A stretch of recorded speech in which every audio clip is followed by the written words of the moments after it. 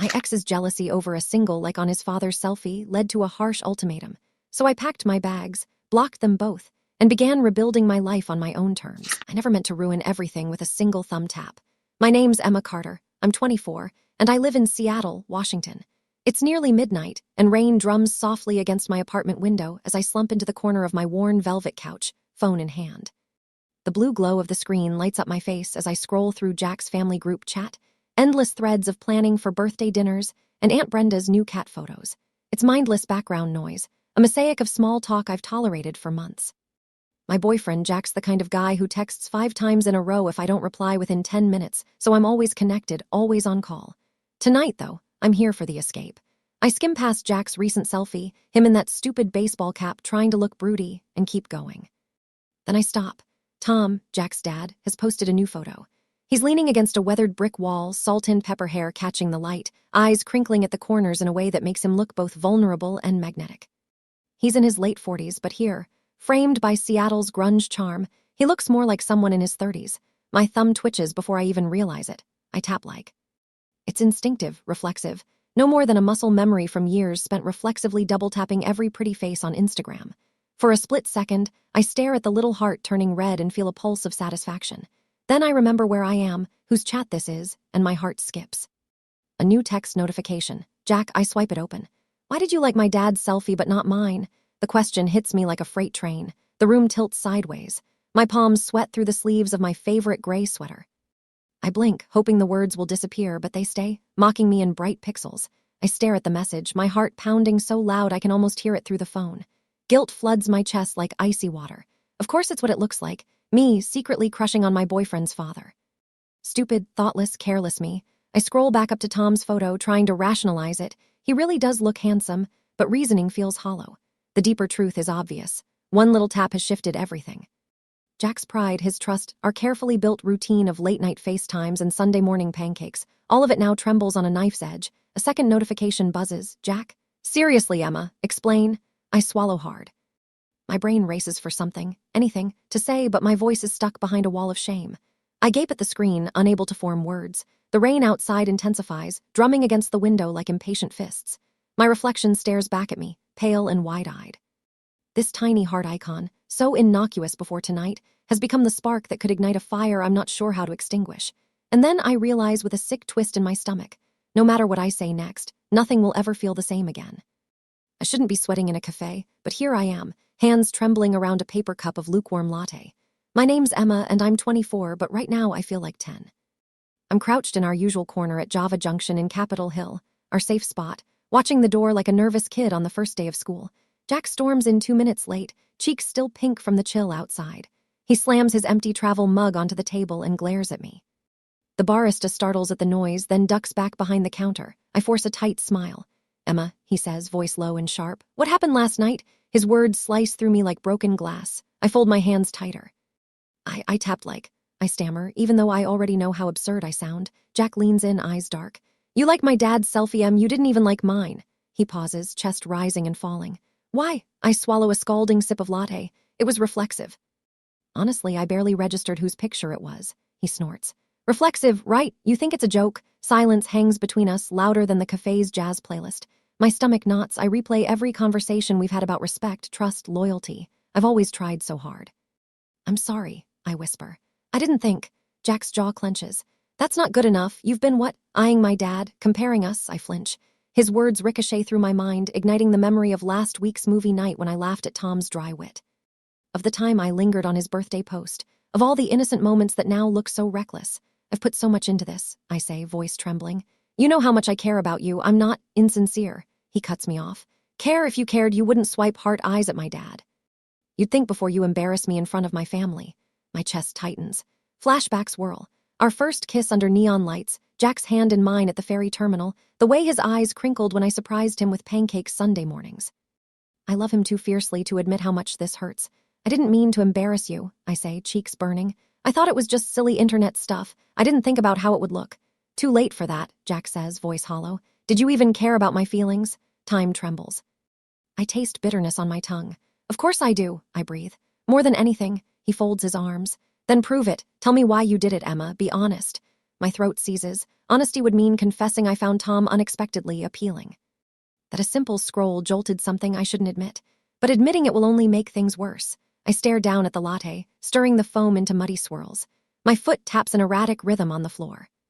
The cafe's hum fades into the background as Jack waits for an answer that could save us or finish us.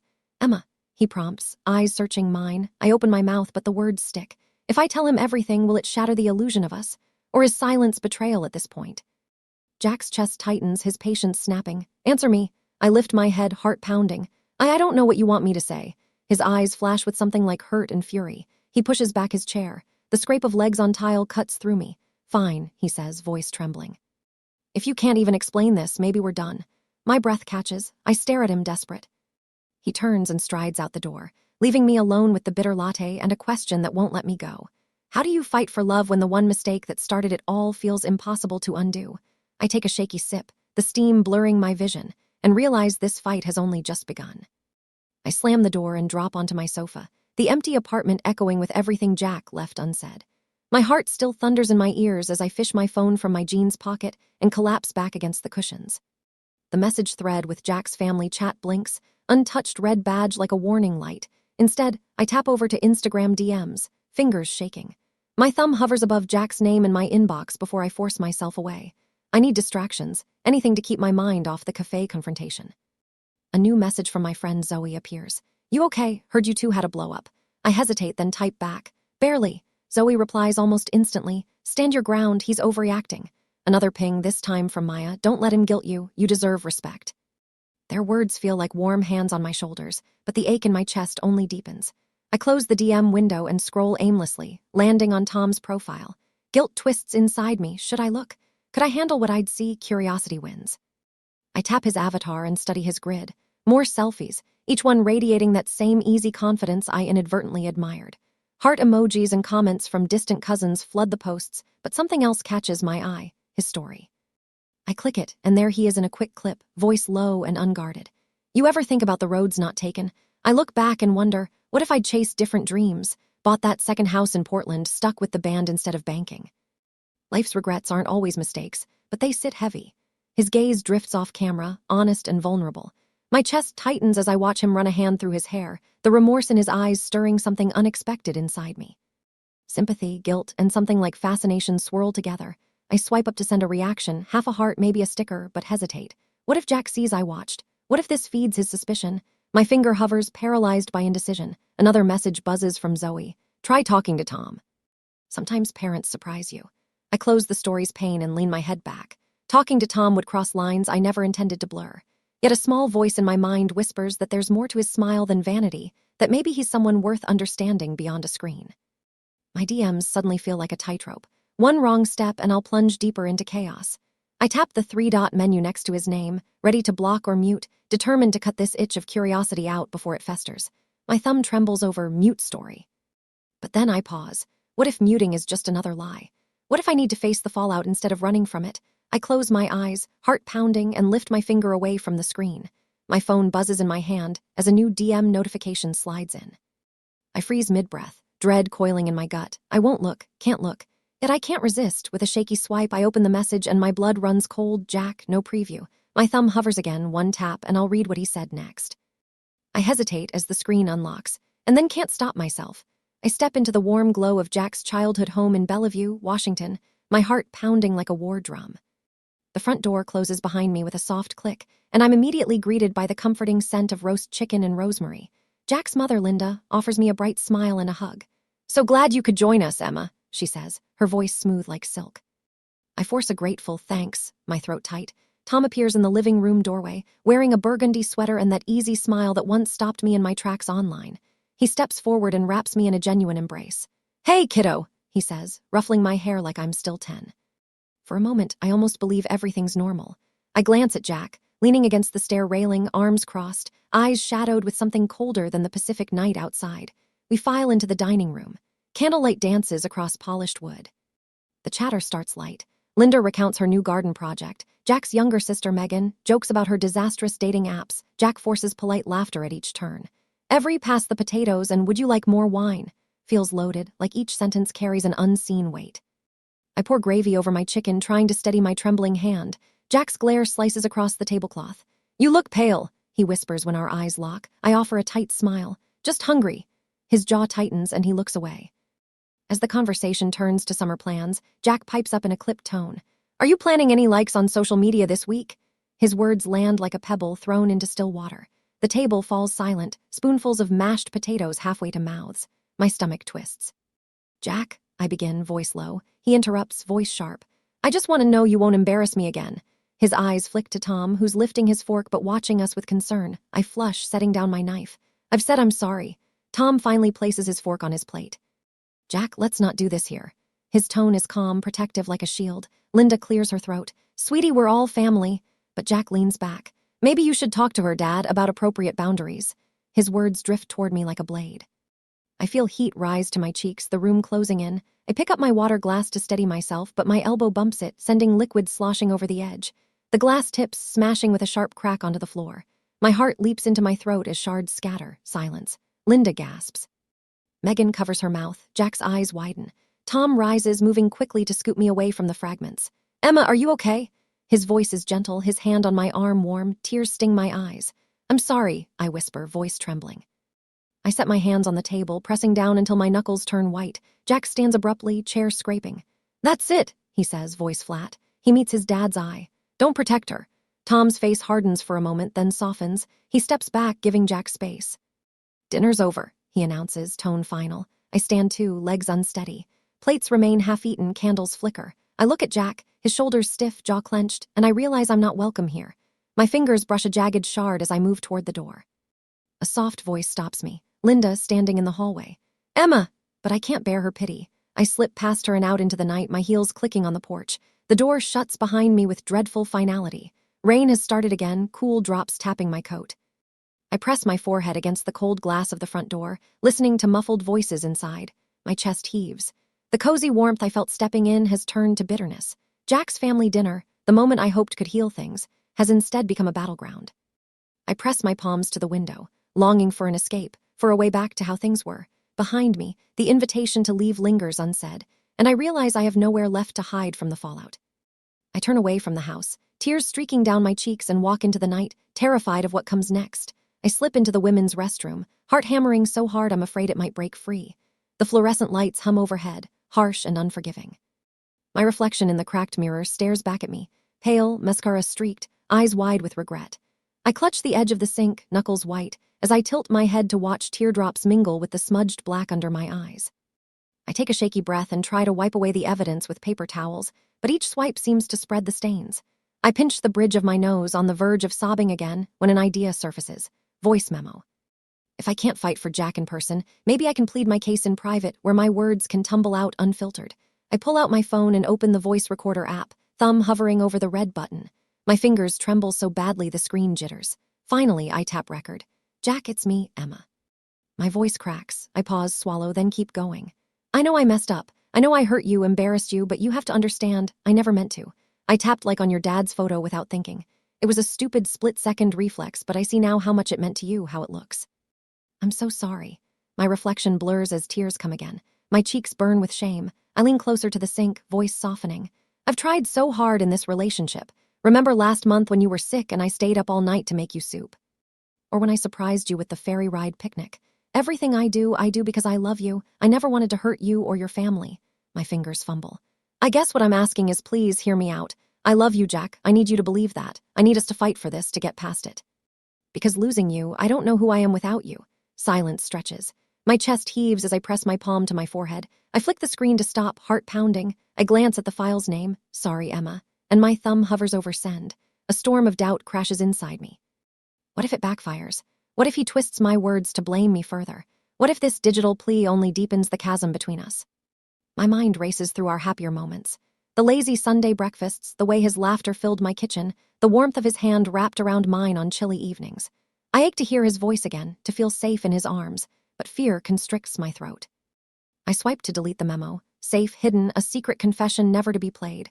Yet something inside me rebels. Maybe vulnerability is all I have left. Maybe silence would be a heavier betrayal than any awkward message. I tap send. Immediately, the app shows the spinning wheel, then delivered. My breath catches. I press my back against the cool tile wall, sliding down until I sit on the floor, legs curled around me. The buzzing in my ears drowns out the distant hum of the cafe beyond the restroom door. My phone buzzes in my hand. No new message. My heart sinks. The abyss of uncertainty yawns wide. I hold my breath, waiting for a reply that might never come. My phone buzzes insistently as I drop my bag onto the scratched wooden floor of my apartment. The muted glow of the hallway light falls across living room photos. Me and Jack on our first anniversary, laughing on a rooftop in Tacoma. I'm half-dressed in pajamas, still trembling from hours of waiting when the door bursts open. Jack stands in the threshold, hair disheveled, eyes blazing red. His shoulders are rigid, like he's bracing for battle. In his hand, he holds my phone, the one I thought safely tucked away on my nightstand. He strides forward and hits play on the voice memo. My own words spill into the room. I love you, Jack. I need you to believe that. My heart seizes as I hear my voice, raw with shame and hope. Listen to this, he snarls, voice cold. Your little confession, emotional manipulation, you think nagging me with guilt will fix everything. He stops the recording and the room falls silent but for my ragged breathing. I rise slowly, hands held out in a pleading gesture. Jack, please, I just wanted you to understand how sorry I am. He laughs, a harsh, humorless sound.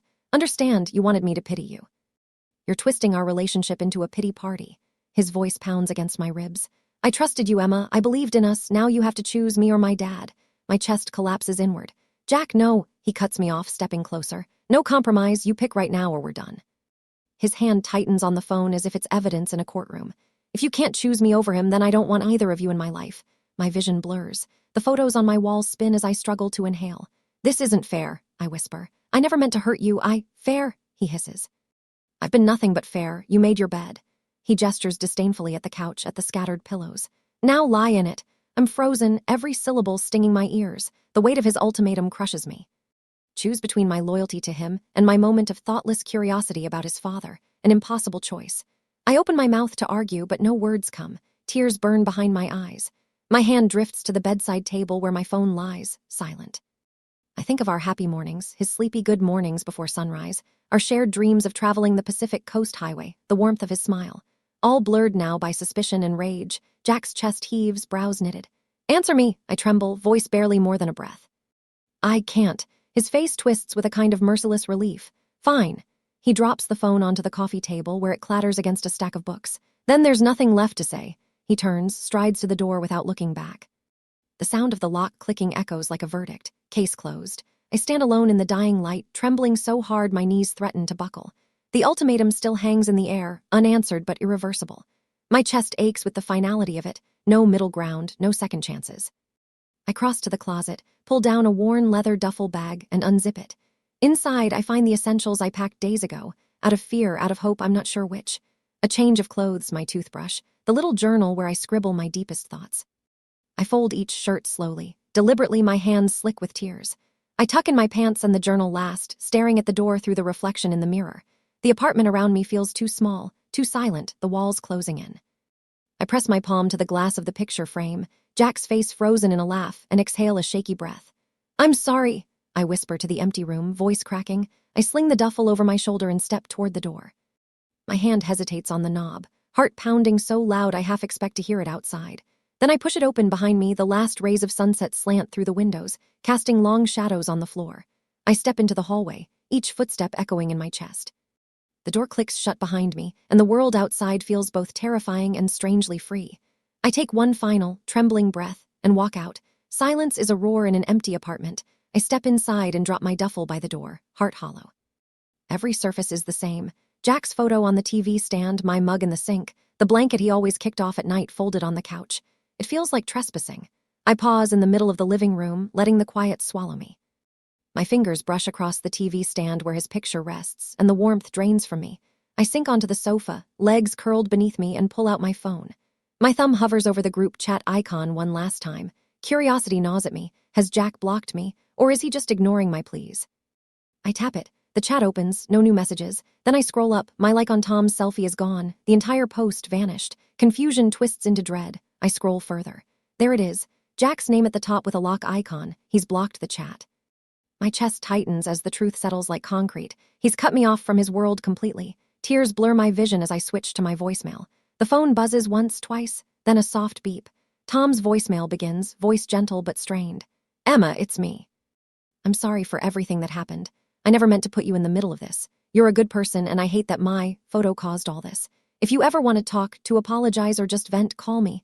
I wish things were different. Please take care of yourself." His words tremble in the speaker, carrying more regret than I've ever heard in his posts.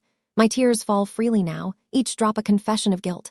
He didn't have to reach out. He didn't have to show me grace when I'd betrayed his son's trust. Yet here he is, voice soft in my ear, bridging a chasm I thought impossible to cross. I cradle the phone against my cheek, remembering the warmth of his smile, the way his voice sounded in that unfiltered story. Memories of Jack and me flicker, laughing on rainy walks, sharing late-night secrets, dreaming aloud. Each memory stings, a reminder of what I've lost. I close my eyes and press my palm to my chest, where an ember of hope still flickers. Maybe forgiveness can begin here, in this empty room, with Tom's apology filling the void. But without Jack, without his laughter echoing off these walls, I feel untethered, adrift in the wake of my mistake. I set the phone down and pull my knees to my chest, wrapping my arms around them. The apartment's shadows stretch long in the late afternoon sun, and I let myself sit there, unafraid to mourn what's gone. My sobs quiet to hiccups as I stare at the TV stand where Jack's picture used to sit. The house feels too big without him, but maybe this silence is necessary, a canvas on which to paint new beginnings. I lift my head, resolve hardening in my chest. I'll reach out to Tom, thank him for his kindness, and I'll work through my guilt instead of hiding from it. But Jack's reaction remains an echo in my mind, a question unanswered. I rise, straighten my shoulders, and head toward the door, voice memo's apology still playing softly in my heart. Tonight, I'll decide if forgiveness is worth fighting for, or if some breaks are too deep to mend. Light filters through half-closed blinds as I settle at my small desk, breath steadying after last night's confession. I've spread stationery across the surface, cream-colored paper, a pen with black ink, and the letter I've drafted in fits of hope and fear. The city noise drifts up from the street below, buses rattling, early risers chatting, reminding me the world keeps moving, even when your heart feels stuck. I unfold the top page and read aloud softly. Jack, Tom, I write this with a heavy heart and clearer mind. I'm sorry for the pain my thoughtlessness unleashed. Liking your father's photo was an impulse I can't undo, but I've learned how deeply a single action can wound trust. Tom, thank you for your apology and for reminding me that compassion matters. Jack, I loved you fiercely and still do. I'm working on myself, on understanding why I react without thinking, and I hope one day you'll see I'm worthy of forgiveness. Regardless of your choice, I promise to carry these lessons into every relationship I have, honoring trust above all else. With remorse and hope, Emma, my hand trembles as I fold the letter and slip it into its envelope. I seal it with deliberate care, pressing the flap until it clicks shut. Standing, I grab my coat and the envelope and head out into the crisp morning air. Across the street, the Bellevue Counseling Center's simple sign offers a silent invitation. I step inside and am greeted by the scent of chamomile tea and soft lighting. In the waiting room, chairs circle a low table stacked with self-help books. I check in, and a gentle receptionist shows me to a cozy room where I unpack my worries like luggage and set them on the sofa beside me. "Welcome, Emma," says Dr. Harris, warm eyes meeting mine. "What brings you here today?" I take a deep breath. I made a mistake, tried to fix it, broke everything, and now I need help figuring out how to trust myself again. She nods. That's a good place to start.